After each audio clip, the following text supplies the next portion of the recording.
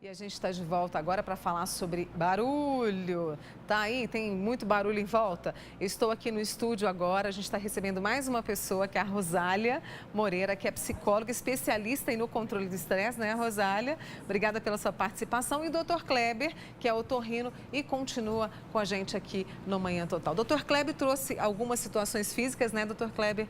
A perda de audição, impotência, um estudo recente que trouxe essa informação aí. Agora, o barulho, o excesso dele pode mexer com a nossa alma, né? Com a nossa mente. Sim, muito, Mônica. Inclusive, assim, as pessoas não percebem, né? Igual já foi falado anteriormente, por essa adaptação mesmo. Mas existe aí uma hipersensibilidade, né, em excesso, irritabilidade, uma perda até dos reflexos, concentração, memória. Então, as pessoas vão perdendo um pouco a habilidade de exercer algumas atividades do cotidiano e não sabem nem por quê, né? Porque já estão acostumados com esse barulho, com esses ruídos, pelo tempo de exposição, que isso também afeta muito, igual o doutor Kleber já havia dito anteriormente, porque não é só o ruído, mas o tempo também que eu estou exposta a esse ruído. Então, assim, a psicologia ela vem para somar forças aí, para até aumentar um pouco a aderência no possível tratamento, aumentar a conscientização, essa tomada de consciência do quanto é importante eu ficar em alerta, se eu estou perdendo sono por causa disso, se é um ruído na minha casa, o que eu posso fazer para amenizar, agora se é no trabalho, porque existem também muitas empresas que oferecem os equipamentos e os funcionários não querem. O Dr. Kleber falou sobre isso, né, Dr. Kleber?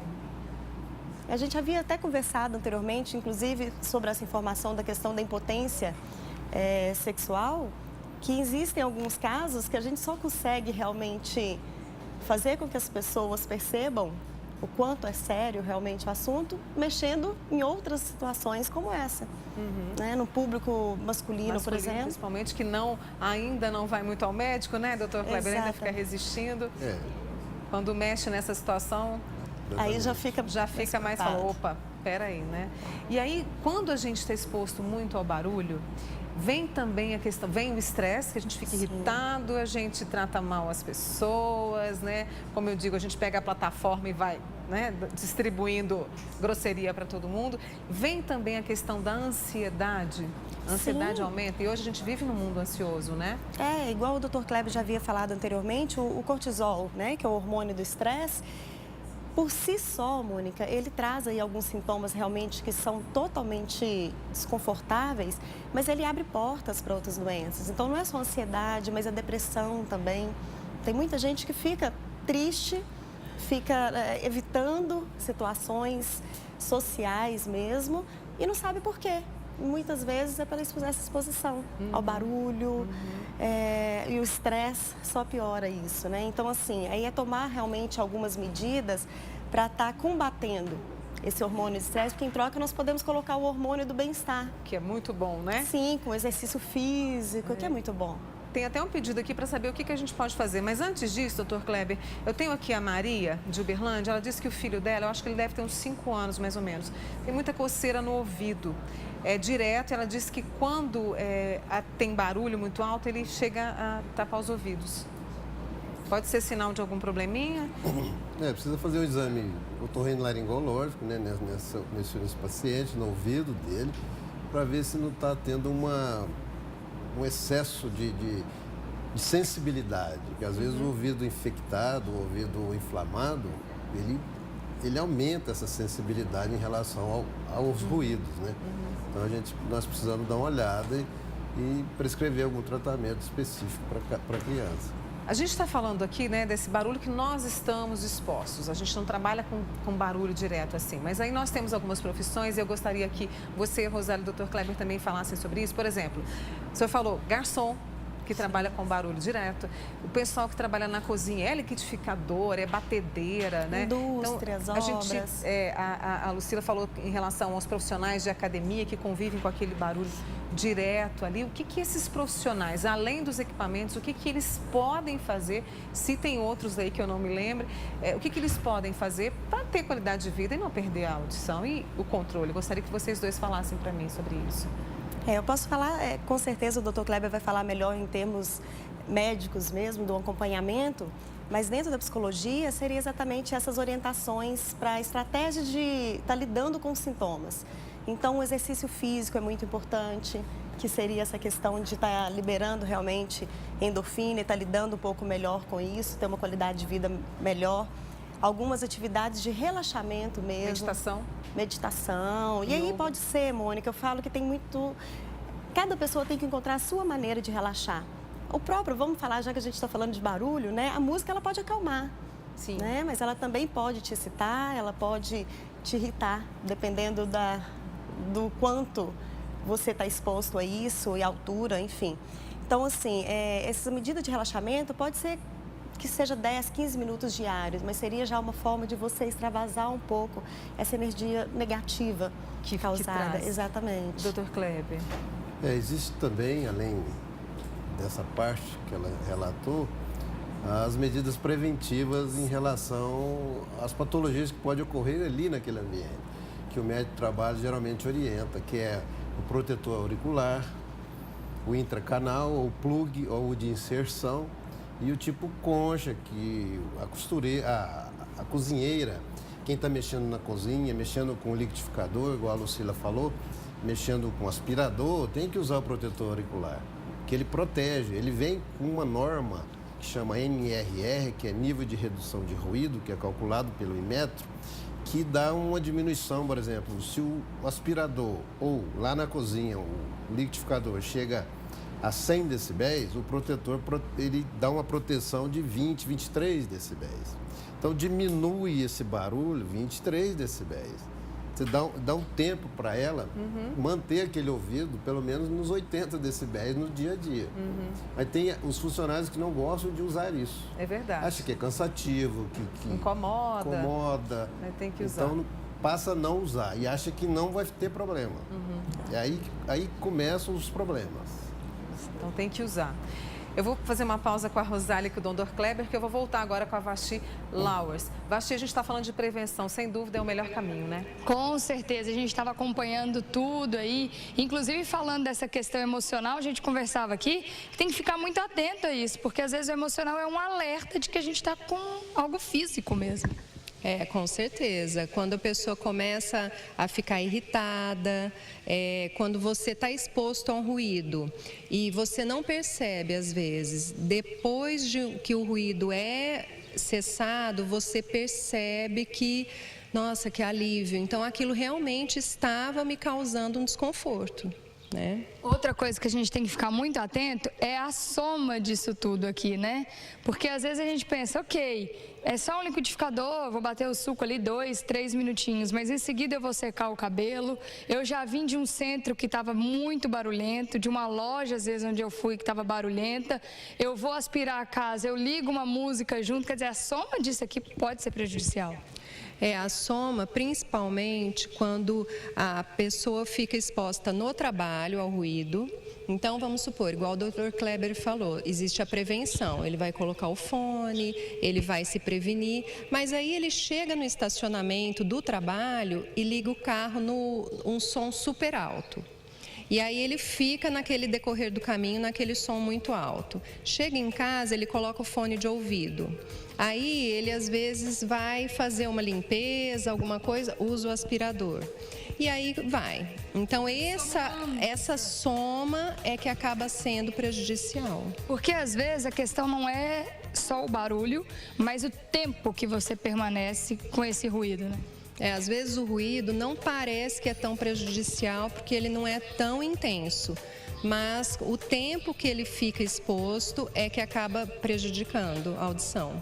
Eu prometi no outro bloco que a gente ia falar mais sobre esse programa da UFO, né?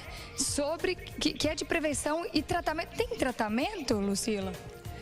O tratamento, quando ele vem da exposição do ruído, quando a perda auditiva é decorrente da exposição do ruído, não há o tratamento. Ele há, na verdade, a adaptação do aparelho auditivo, porque já foi lesado, né, como o Dr. Kleber citou, e aí a gente não tem mais como reverter essa perda de audição. Então, aí é a adaptação do aparelho auditivo. E lá na UFO nós estamos reiniciando, né, esse semestre o programa e de adaptação de aparelho auditivo na comunidade. Pois é, então, como funciona esse aparelho e é difícil essa adaptação? O aparelho auditivo, ele vai amplificar o que nós perdemos, né, o que nós temos, né, de resto da audição. E a adaptação, ela é feita com todo um acompanhamento de uma equipe multiprofissional, incluindo o otorrinolaringologista, o fonoaudiólogo, o psicólogo, o assistente social. Então, tem toda uma equipe de acompanhamento e é muito importante, após a adaptação, a reabilitação auditiva. Porque não adianta só colocar o aparelho auditivo e o paciente vai mandado para casa. Na verdade, a importância é nós fazermos todo esse acompanhamento no decorrer do tempo até o paciente se adaptar realmente com essa amplificação. A doutora Lucila me contou uma história aqui que ilustra muito bem o que a gente quer passar um pouco com o programa de hoje, de um senhor que não gostou muito do aparelho, né? Por quê? Na verdade, nós tivemos o caso de um paciente que ele já é um idoso, ele já tinha perdido essa audição há mais tempo, há mais ou menos de 5 a 10 anos, já vinha progressivamente, né, com a perda auditiva, e ele veio nos procurar devolver o aparelho auditivo, porque ele disse que quando ele foi perdendo a audição, parece que o mundo era mais silencioso e que hoje o mundo, como está muito barulhento, tem barulho demais de carro na rua, barulho em geral mesmo, ele não estava conseguindo se adaptar. Então, nós achamos interessante essa queixa, né? Porque é justamente isso, tudo está muito mais barulhento, né? Os ruídos estão maiores. Então, por exemplo, a gente fala, às vezes, se a gente vai no cinema, muitas pessoas falam, nossa, eu fui no cinema e voltei com zumbido. O barulho estava muito alto. Então, é mais ou menos isso. Tudo está muito alto e o nosso ouvido continua o mesmo. Então, como que a gente vai fazer para se adaptar? Por isso que a gente busca, nós da área da saúde, né, dessa área da audição, nós buscamos as políticas públicas para eles estarem trazendo benefício para as pessoas, para a comunidade, né? Muito obrigada, Lucila. Essa é a mensagem, né, Mônica? Não vamos nos acostumar com essa barulheira toda. E uma dica que eu tenho certeza que você vai gostar de dar para as pessoas, de vez em quando, vamos desligar a música, vamos desligar a TV, vamos ler um livro. Vamos ficar em silêncio, a gente não fica em silêncio. Acho que hoje a gente tem medo de ficar em silêncio, não é, Rosália? Não tem, não? Porque também é se desligar um pouco do mundo, né? Obrigada, viu, Vastia, Lucila também. Tchau, tchau. É o momento de entrar em contato conosco, né? Com o nosso eu interior.